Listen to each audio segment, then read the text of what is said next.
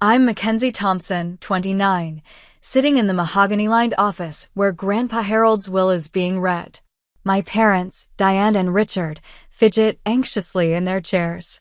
Mr. Bennett, Grandpa's attorney, hands me a check for $9 million.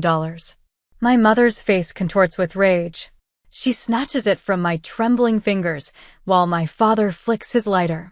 "This is what you get for cutting us off," they snarl as the check curls into ash. I don't panic. I don't cry. I simply smile. Before I tell you why, please let me know where you're watching from in the comments, hit that like button, and subscribe to follow my journey of standing up to toxic family members. Looking back, Grandpa Harold was my anchor in a storm.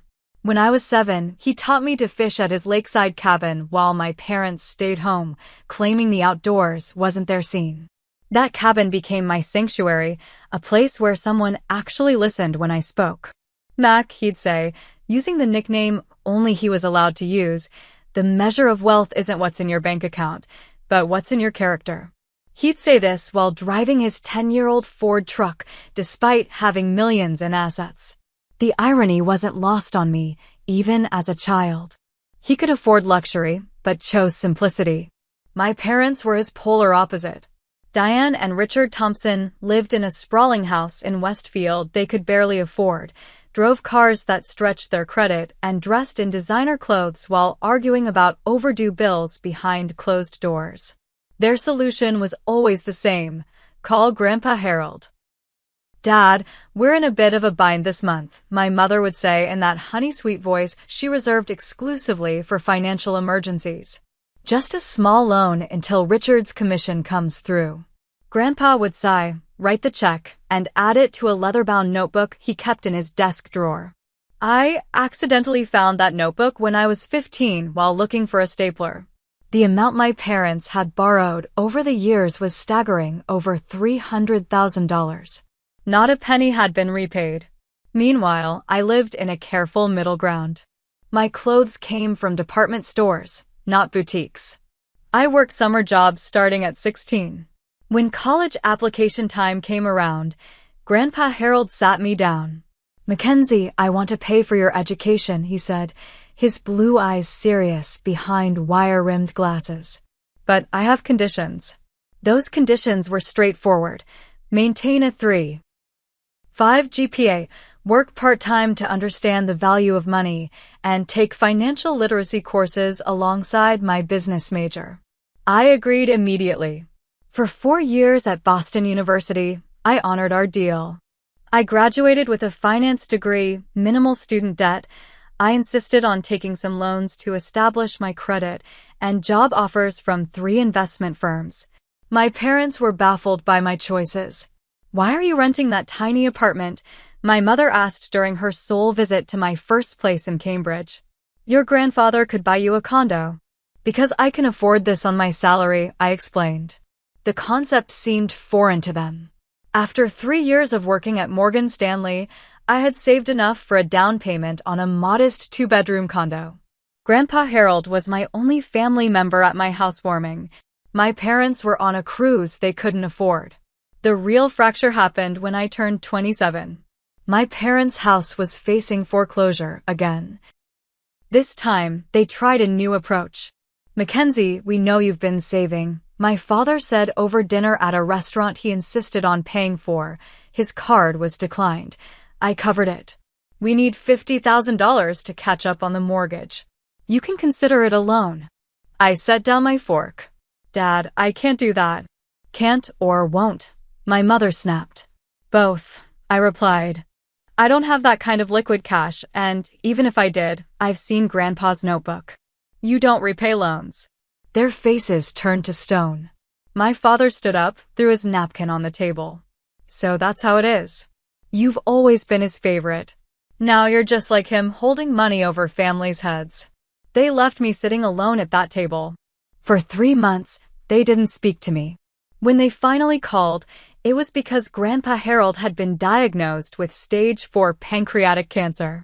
They needed me to talk sense into him about his treatment options. By which they meant choosing the most expensive ones regardless of his quality of life. When I visited Grandpa at his home, he was sitting in his favorite leather chair, thinner but still alert. "There's my girl," he said, opening his arms for a hug. We talked for hours that day. About his diagnosis, terminal, 6 months at best, about his wishes, minimal intervention, maximum comfort, and about his concerns. "Your parents will come around like vultures," he said, always direct. "I need your help protecting what I've built." Anything, I promised. What I didn't know then was how that promise would change everything. The first family dinner after Grandpa's diagnosis was a disaster. We gathered at his house, the colonial home where my father had grown up. My mother had insisted on catering, despite my offer to cook. "Your grandfather deserves the best in his condition," she said, though I noticed she'd ordered from the most expensive restaurant in town and used his credit card. Grandpa barely touched the elaborate spread. He sat at the head of the table, watching silently as my parents dominated the conversation. "We've been researching treatment centers," my mother announced. "There's an excellent facility in Switzerland. Very exclusive." Grandpa set down his water glass. "Diane, I've made my decisions about treatment." "But Harold, surely you want to fight this," my father interjected. "Money is no object." "It never is with you too, is it?" Grandpa replied quietly. The room went silent. I stared at my plate, feeling the tension thicken. "What's that supposed to mean?" my father demanded. Grandpa sighed. "It means I'm tired, Richard. Tired of watching you and Diane live beyond your means. Tired of bailing you out. Tired of the constant disappointment." My mother's face flushed crimson. "How dare you? After all we've done." "What exactly have you done, Diane?" Grandpa interrupted, his voice stronger than it had been all evening. "You've taken and taken. You've taught your daughter that material things matter more than integrity. You've squandered opportunities and resources that could have built something meaningful." I wanted to disappear through the floor. Not because I disagreed, everything he said was true, but because I knew what would come next. Sure enough, my mother turned her fury on me. "This is your doing," she hissed. "You've poisoned him against us." "She's done nothing of the sort," Grandpa countered. "In fact, Mackenzie has defended you more than you deserve." That night changed everything. My parents stopped pretending to care about Grandpa's comfort and started openly discussing their inheritance expectations. They brought up property values at inappropriate moments. They coincidentally left real estate listings and luxury car brochures around his house. I became their enemy. In their narrative, I was manipulating a dying man to secure my own inheritance. The truth that I spent every weekend and eventually took leave from work to care for him didn't fit their story. 2 months after his diagnosis, Grandpa asked me to help him contact Mr. Bennett, his attorney. I drove him to the law office and waited in the reception area for 3 hours while they met privately. When he emerged, he seemed lighter somehow. "Everything all right?" I asked as we drove home. "Getting there," he replied with a small smile. "Just making sure things go where they should." My parents' behavior worsened as Grandpa's health declined. They showed up unannounced at his house, always when I was out running errands. After one such visit, I returned to find Grandpa's home office in disarray. "They were looking for my will," he told me calmly. "They won't find it." "Should I say something to them?" I asked, reorganizing his papers. "No need. Let them show who they truly are." For months into his illness, my mother cornered me in Grandpa's kitchen. I was preparing his medications when she sauntered in, designer purse swinging from her arm. "You know, Mackenzie, your father and I have been talking. We're concerned about Harold's state of mind." I measured out his pain medication carefully. "His mind is perfectly clear." "Is it?" She examined her manicure. "Because making major financial decisions while on heavy medications could be considered problematic. Legally speaking." I set down the pill organizer and turned to face her. "Are you threatening to contest his will?" "I'm simply saying we're prepared to protect the family interests. Richard is his only child, after all." "And what about Grandpa's interests? His wishes?" She waved her hand dismissively. He's not thinking clearly. You're taking advantage of that.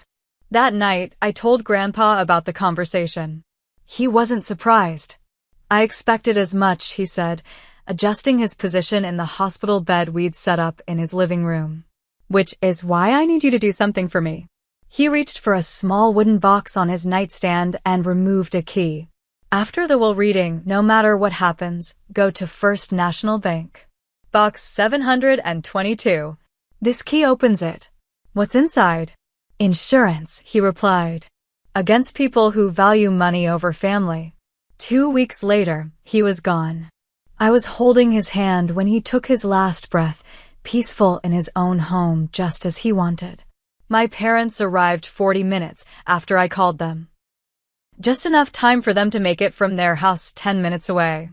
I found them in his office shortly after, rifling through his desk drawers.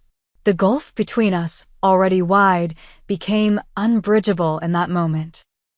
As August turned to September, Grandpa Harold's strength waned visibly. The hospice nurse visited daily, adjusting medications and helping with his care, but the real work fell to me. I took an extended leave from Morgan Stanley, grateful for a boss who understood family obligations. My parents visited sporadically, always with an agenda. They brought real estate agents just to get an appraisal while Grandpa was napping. They asked pointed questions about his investment portfolio when he was too tired to deflect them. Each visit left him exhausted and me seething. Don't waste energy being angry, Grandpa told me one evening as I adjusted his pillows.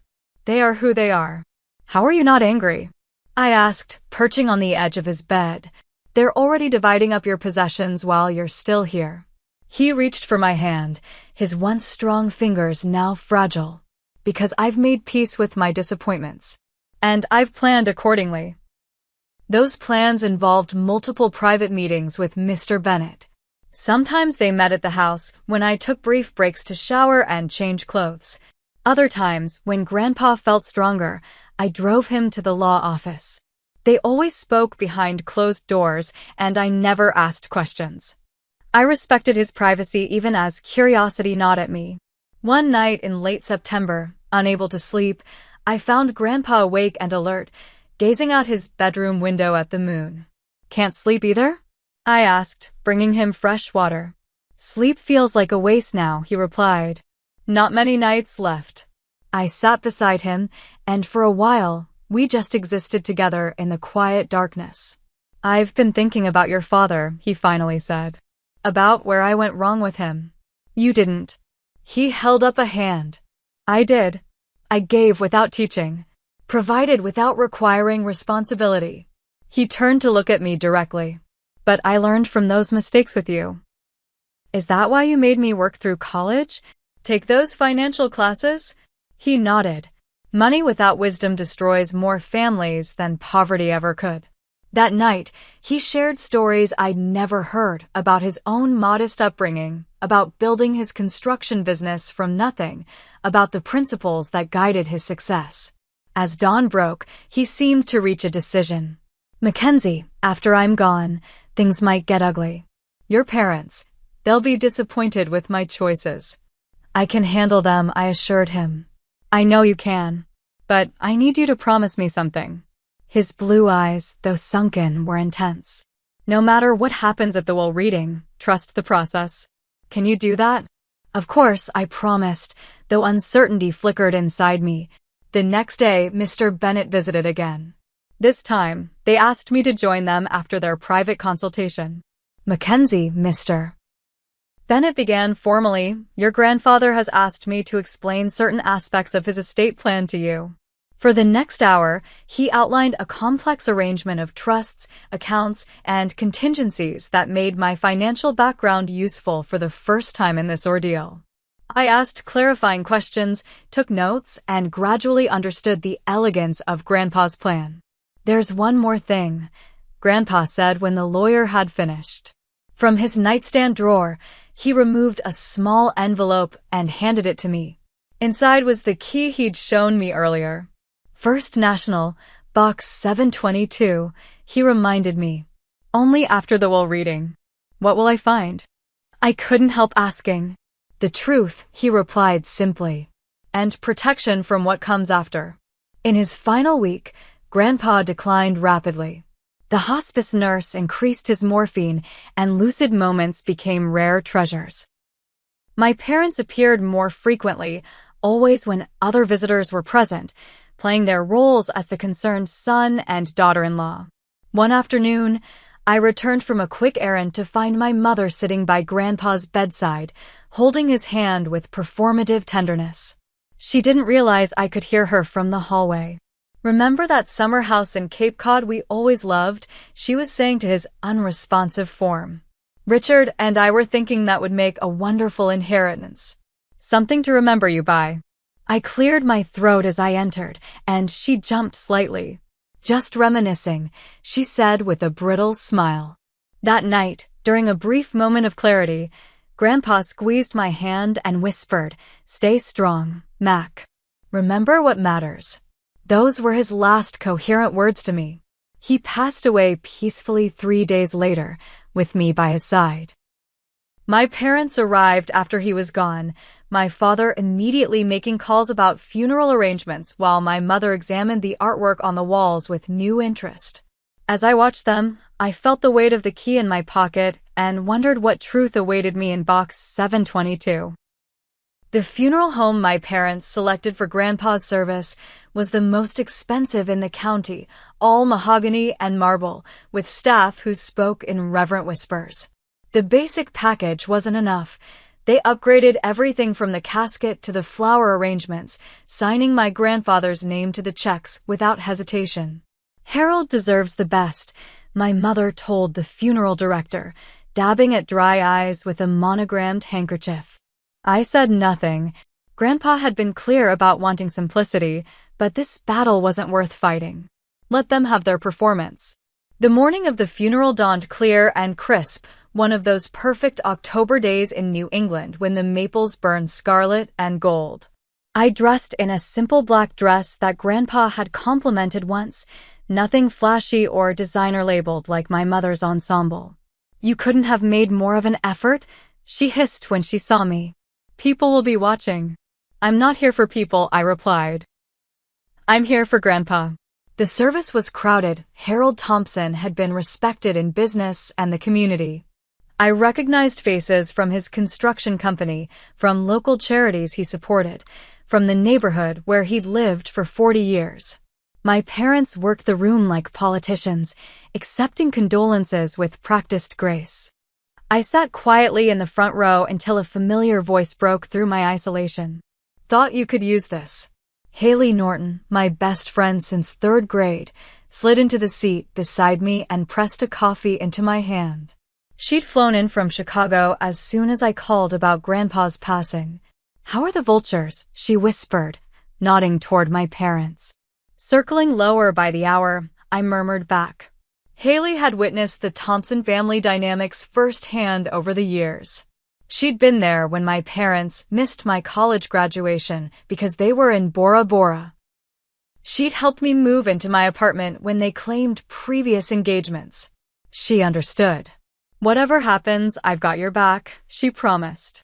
The service itself was dignified despite my parents' theatrical flourishes.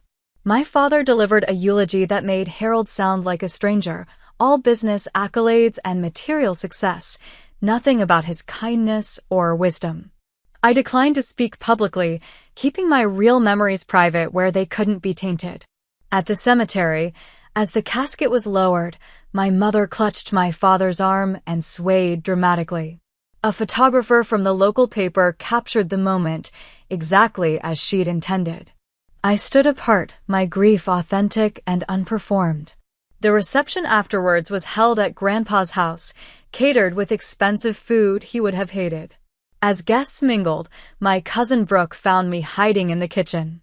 "Quite a show they're putting on," she observed, helping herself to a deviled egg. Brooke was my father's niece, the daughter of his estranged sister who lived in Oregon. She'd flown in for the funeral despite the family rift. "They excel at appearances," I agreed. "When's the will reading?" she asked directly. "Tomorrow at 2. Mr. Bennett's office." She nodded. I'll be there. Uncle Harold called me last month, asked me to come. This surprised me. He did. Said something about witnesses being important. She squeezed my shoulder. Just so you know, not everyone in this family is like your parents.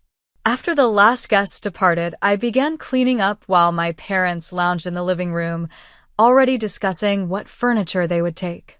Mackenzie, my father called, swirling scotch in one of Grandpa's crystal tumblers. We need to talk about tomorrow. I entered warily. What about it? We've been thinking, my mother began, her voice honeyed with false concern. You've been under so much stress caring for your grandfather. Perhaps it would be better if you skipped the will reading. We can handle the details and fill you in later. The audacity was breathtaking. I'll be there, I said firmly. My father set down his glass. Be reasonable, Mackenzie. These legal proceedings can be uncomfortable, especially when expectations aren't aligned with reality. What does that mean? It means, my mother interjected, that Harold wasn't always in his right mind toward the end. The medications, the pain, people make impulsive decisions. Are you suggesting Grandpa wasn't competent to make his own will? My father's expression hardened. We're suggesting that undue influence from someone spending excessive time with him might have colored his decisions. The accusation hung in the air between us. I felt a surge of anger but remembered Grandpa's words. Trust the process. I'll see you at the reading, I said, turning to leave. Mackenzie, my mother called after me. Family should stand together. Don't make this adversarial. I paused at the doorway. That's rich coming from you too right now. That night, I stayed at Haley's hotel instead of at Grandpa's house. I couldn't bear another minute under the same roof as my parents. As we shared a bottle of wine, I confided my anxiety about the next day. What if they contest the will? I worried. They've been hinting at it. Then they contest it, Haley said practically. Your grandfather worked with his attorney for months. I'm guessing he anticipated their moves. I fingered the key in my pocket. He gave me this. Said to go to a safety deposit box after the reading. Then that's what you'll do. She refilled my glass. Harold Thompson was nobody's fool, Mac. He knew exactly who his son and daughter-in-law were. I barely slept that night. Memories of Grandpa mingling with anxiety about the confrontation to come. By morning, I felt hollowed out but resolute. Whatever happened at the reading, I would face it with the dignity Grandpa had taught me. Mr. Bennett called as I was getting dressed. Mackenzie, he said, his voice formal as always. Before today's proceedings, I wanted to check if you had any questions. Just one, I replied. Did Grandpa know what he was doing? With the will, I mean. There was a pause, then his voice softened slightly. Your grandfather was one of the most clear-headed clients I've ever had. Trust his judgment. Even at the end? Especially at the end. Another pause. Remember what he told you. Follow his instructions. As I hung up, a text came through from my mother, wearing the navy Chanel today. You might want to dress appropriately for once. I put on my simple black dress again, added Grandpa's mother's pearl necklace he'd given me for college graduation, and headed to face whatever came next. Bennett, Cromwell and Associates occupied the top floor of a brick building in downtown Boston, their offices a testament to old money and discretion. The reception area featured leather chairs, oil paintings of stern-faced founding partners, and a hushed atmosphere that made even whispers seem intrusive. I arrived 15 minutes early, but my parents had beaten me there. My mother wore her navy Chanel suit as promised, complemented by diamond earrings I'd never seen before. My father looked uncomfortable in his tailored suit, pulling at his collar repeatedly. Mackenzie, my mother acknowledged with a tight smile. I see you chose to wear the same dress again. I touched Grandpa's mother's pearls. Some things have meaning beyond their price tag. Mr. Bennett's assistant, a composed woman in her 50s, appeared before my mother could respond. Mr. Bennett is ready for you now. Please follow me. The conference room featured a massive oak table that could seat 20, though only 8 chairs had been arranged today. My parents immediately took seats at the head of the table, forcing me to sit along the side. Cousin Brooke arrived moments later, nodding to me as she took the seat beside mine. Two elderly men I recognized as Grandpa's business partners entered next, followed by Martha, Grandpa's housekeeper of 30 years. My mother frowned at Martha's presence. I wasn't aware staff would be attending, she whispered loudly to my father. Mr. Bennett entered last, carrying a leather portfolio and several file folders. At 70, he was rail-thin with a shock of white hair and piercing gray eyes that missed nothing. He'd been Grandpa's attorney and friend for over 40 years. "Thank you all for coming," he began formally. "We are here to execute the last will and testament of Harold James Thompson, dated September 12th of this year." My mother shifted in her seat. "That's quite recent," she observed with forced casualness. "Indeed," Mr. Bennett replied without elaboration. He opened his portfolio and withdrew a document. "Before I begin the formal reading, Mr. Thompson left a letter to be shared with all present." He adjusted his reading glasses and began. "To those I leave behind, if you're hearing this, I've finally run out of time. Don't waste yours on excessive grief.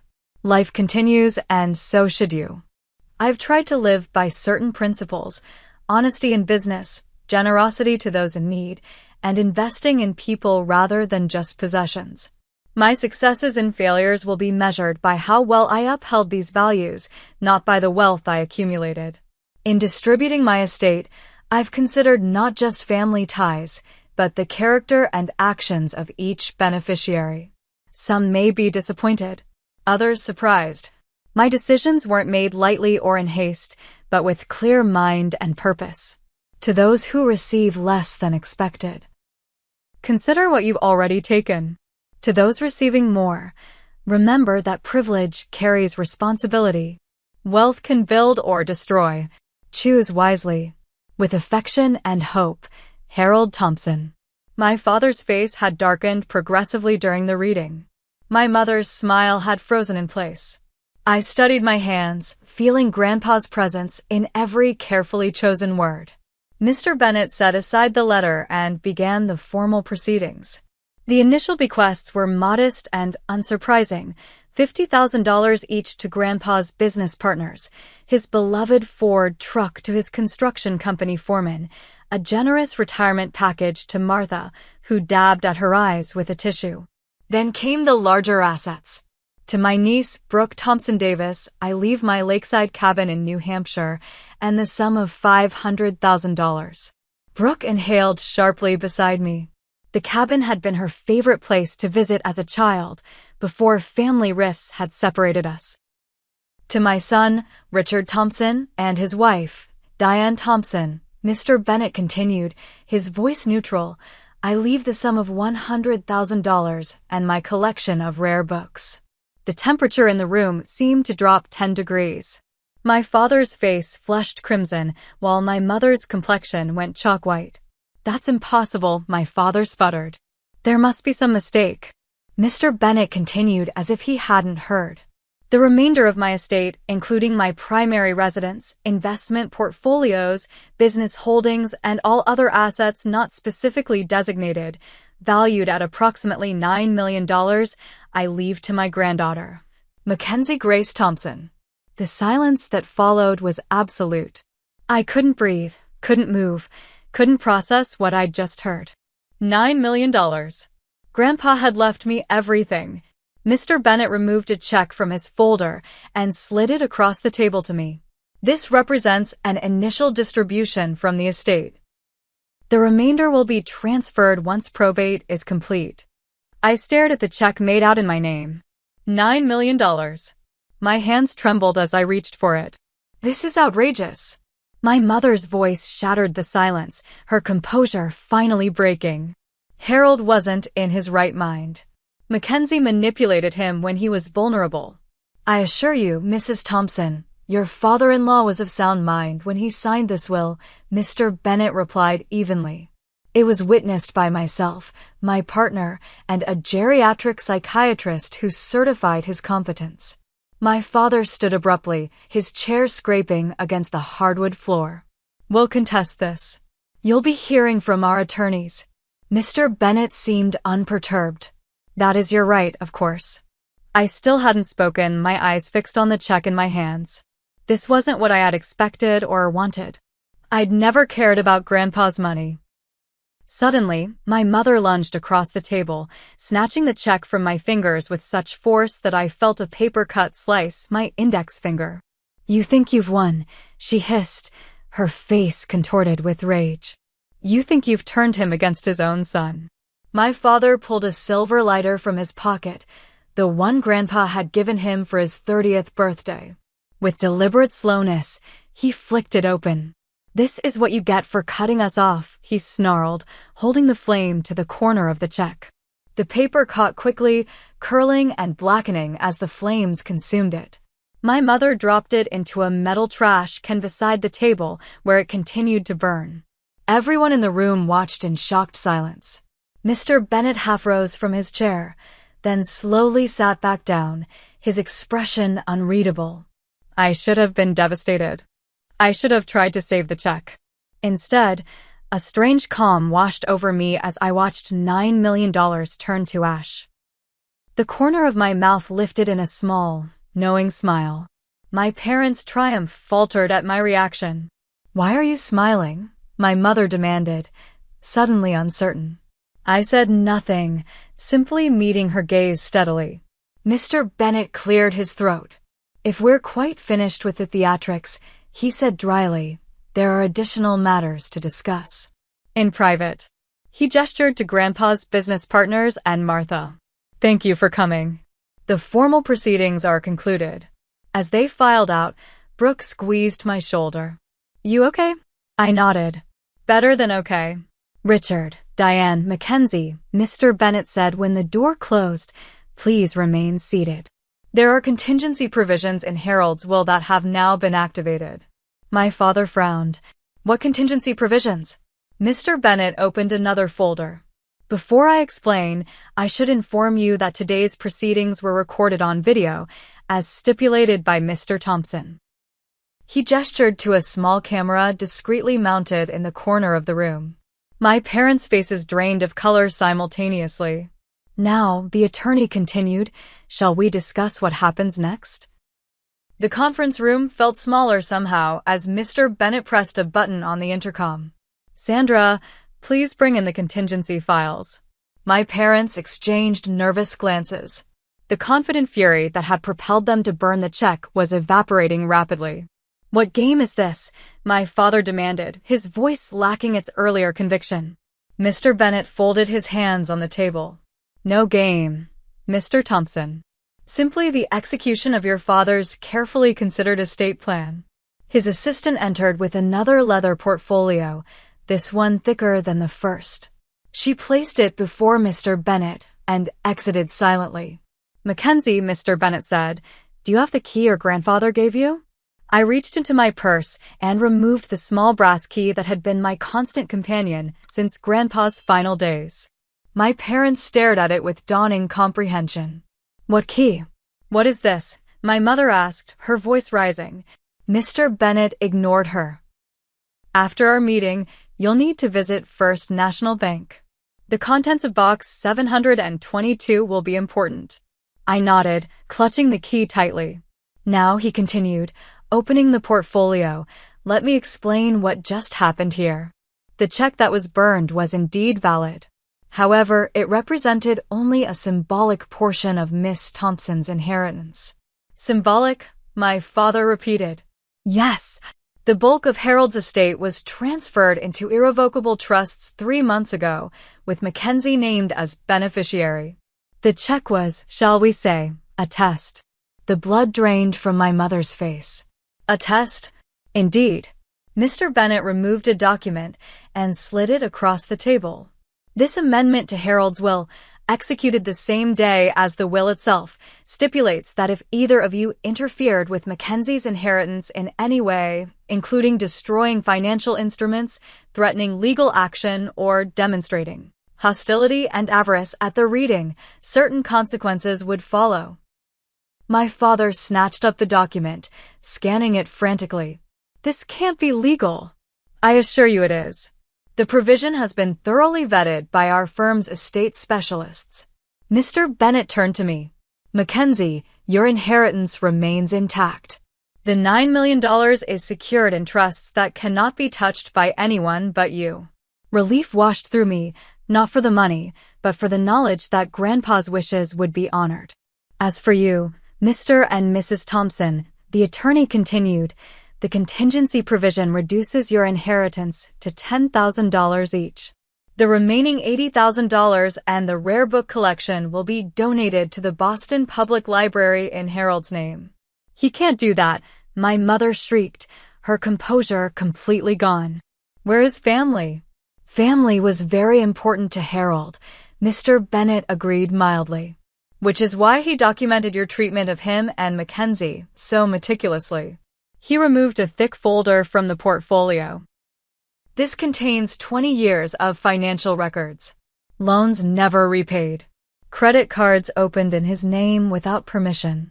Mortgages he covered to prevent foreclosure. In total, the amount exceeds $800,000. My parents sat in stunned silence.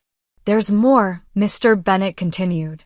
Box 722, which Mackenzie will access shortly, contains recorded conversations, emails, and text messages documenting your plans to contest the will regardless of its contents, your discussions about Harold's mental competence, or lack thereof, and your efforts to pressure Mackenzie into surrendering her inheritance.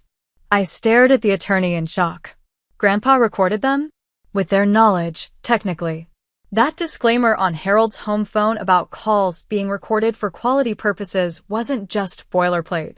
And Massachusetts is a two-party consent state, so he was careful to only preserve communications where such consent was established. My father's face had gone from red to gray. Why would he do this? Because he knew you, I said softly, finding my voice at last. He knew exactly what would happen today. Mr. Bennett nodded. Harold hoped he was wrong. The check was indeed a test. Had you accepted the will's terms graciously, a secondary provision would have awarded you an additional $1 million over time. My mother made a choke sound. Instead, the attorney continued, you chose to destroy financial instruments, threaten legal action, and accuse Mackenzie of manipulation, all captured on video and all triggering the contingency provisions. He closed the portfolio with finality. Should you choose to contest the will now, these materials will be submitted to the court. Given Massachusetts estate law, I cannot recommend pursuing that course of action. My father slumped in his chair. He planned all of this. Set us up to fail. No, I corrected quietly. He gave you one last chance to do the right thing. You chose differently. My mother turned to me, desperation replacing rage. Mackenzie, darling, surely you can see this isn't fair. We're your parents. We raised you. Grandpa raised me, I replied. He taught me about integrity, responsibility, and consequences. Lessons you never learned. So that's it? My father demanded. You take everything and leave your own parents with nothing? Mr. Bennett interjected before I could respond. Miss Thompson is under no obligation to share her inheritance. However, nothing prevents her from making gifts should she choose to do so. All eyes turned to me expectantly. In that moment, I felt the weight of Grandpa's trust, his confidence in my judgment. I need time, I said finally. This isn't a decision I can make today. My parents' faces fell in identical expressions of calculation and disappointment. They had already mentally spent money that wasn't theirs. Of course, Mr. Bennett agreed. Take all the time you need. He began gathering his papers. Unless there are further questions, our business here is concluded. My father stood abruptly. This isn't over, he warned, though his threat sounded hollow even to my ears. Actually, Richard, it is, the attorney replied. Harold made certain of that. My parents stormed out without another word, leaving me alone with Mr. Bennett. For a moment, neither of us spoke. He knew them so well, I finally said, tears filling my eyes for the first time that day. Every move, every reaction. He predicted all of it. Mr. Bennet's formal demeanor softened slightly. Your grandfather was a shrewd judge of character. It served him well in business and, unfortunately, with family too. He hesitated, then added, he was incredibly proud of you, Mackenzie. Said you were the best thing his son ever did, even if Richard couldn't see it. I wiped away a tear. Thank you for telling me that. The bank closes at 5, he reminded me gently. Box 722. I nodded, gathering my belongings. As I reached the door, a question occurred to me. Mr. Bennet, if they hadn't burned the check, if they'd accepted everything without a fight, would Grandpa really have given them the extra $1 million? The attorney's lips curved in a small smile. Harold believed in second chances, but he also believed in preparation. Why don't you ask him yourself? Ask him. Box 722, he repeated. Some questions are better answered directly from the source. 6 months passed like water through my fingers. Spring arrived in Boston, cherry blossoms dotting the public garden where I sat on a bench, watching children chase bubbles across the grass. So much had changed since that October day in Mr. Bennet's office. After the will reading, I'd gone directly to First National Bank. The manager escorted me to the vault personally. Apparently, Grandpa had been a valued customer for decades. Box 722 was larger than I'd expected, requiring 2 keys to open, mine and the bank's. Inside, I found several items carefully arranged. A leather-bound journal with Grandpa's distinctive handwriting. USB drives labeled by date. A folder of legal documents. And most surprisingly, a sealed envelope with "Watch this first," Mac written in Grandpa's hand. The envelope contained a flash drive. The bank manager provided a private room with a computer where I could view its contents. With trembling fingers, I inserted the drive and opened the single video file it contained. Grandpa's face filled the screen, recorded perhaps 2 months before his death. He looked tired but lucid, his blue eyes still sharp. "Hello, Mac," he began, and tears sprang to my eyes at the sound of his voice. "If you're watching this, then several things have happened. I'm gone, the will has been read, and your parents reacted exactly as I predicted." He shifted in his chair, wincing slightly with pain. "I'm sorry to put you through that spectacle, but it was necessary. Your parents needed to reveal their true characters, not just to you, but to themselves." For nearly 30 minutes, Grandpa explained everything. How he'd documented my parents' financial exploitation for years. How he'd structured his estate to protect it from their challenges. How he'd created the test of the check, hoping against hope that they might surprise him with grace, but preparing for their likely reaction. "The money is yours, Mackenzie," he said toward the end. "You've demonstrated the character to handle it wisely. But wealth is a responsibility, not just a privilege. Use it to build something meaningful. Help others where you can. And remember that the most valuable things I'm leaving you aren't measured in dollars." He leaned closer to the camera. "As for your parents, that decision is yours. They've shown you who they are repeatedly. Believe them. But also remember that people can change when they hit rock bottom. Just don't mistake wishful thinking for evidence." His final words stayed with me long after the video ended. "I'm proud of the woman you've become, Mac. That's my true legacy. Everything else is just details." The other contents of the safety deposit box provided context and protection. Grandpa had meticulously documented every loan to my parents, every financial bailout, every manipulation. The journal contained his private thoughts as he watched their behavior worsen over the years. The legal documents established ironclad trusts that would withstand any challenge. In the months that followed, I made several significant decisions. First, I resigned from Morgan Stanley to focus on establishing the Harold Thompson Foundation for Financial Literacy, using $3 million of my inheritance. The foundation would provide education and resources to help low-income families build financial stability.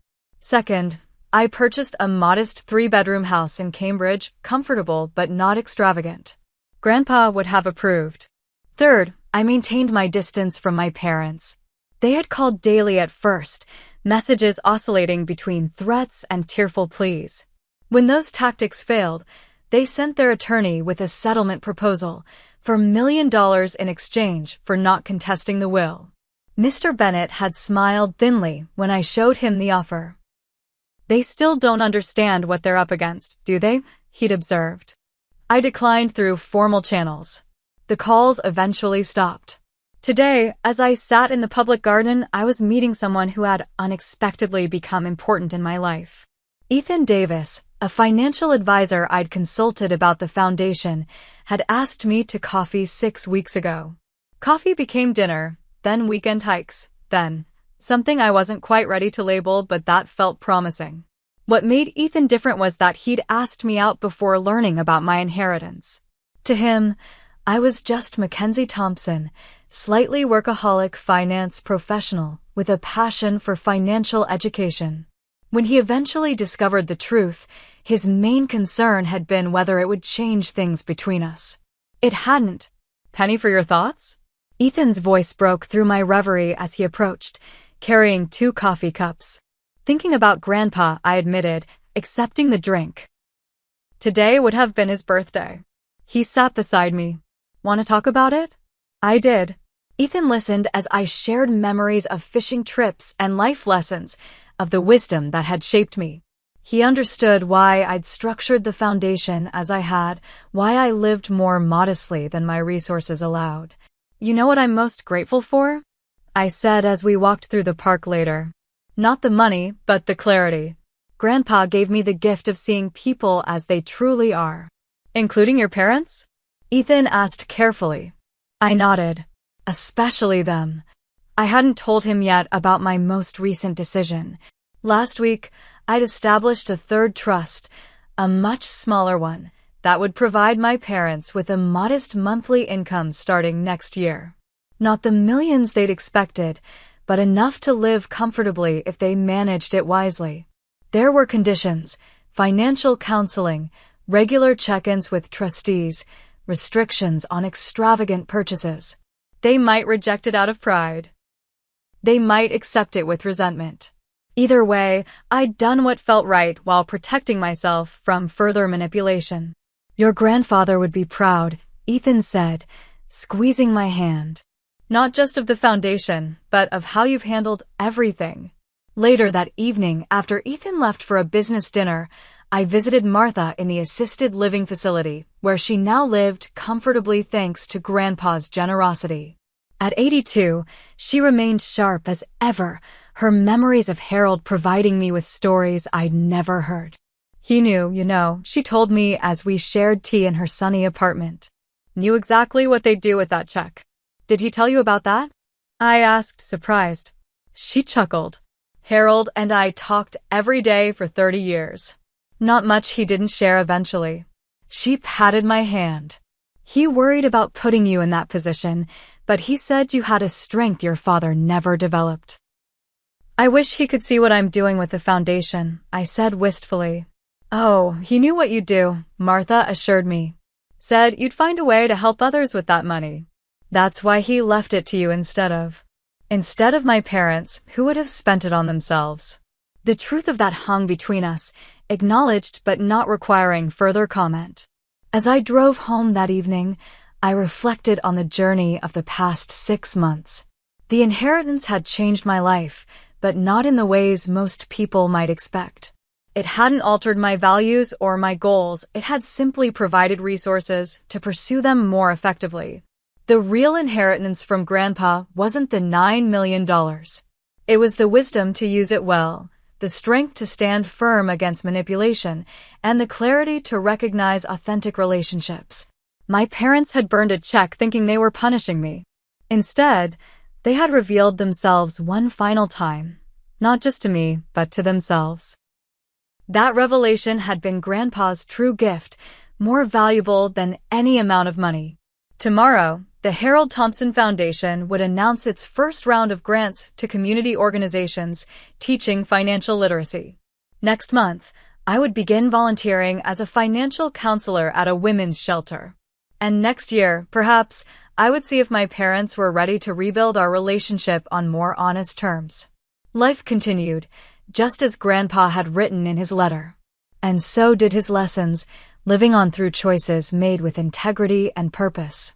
What have you learned about family, money, and integrity in your life? Has someone's true character ever been revealed to you in a moment of crisis? Share your experiences in the comments below.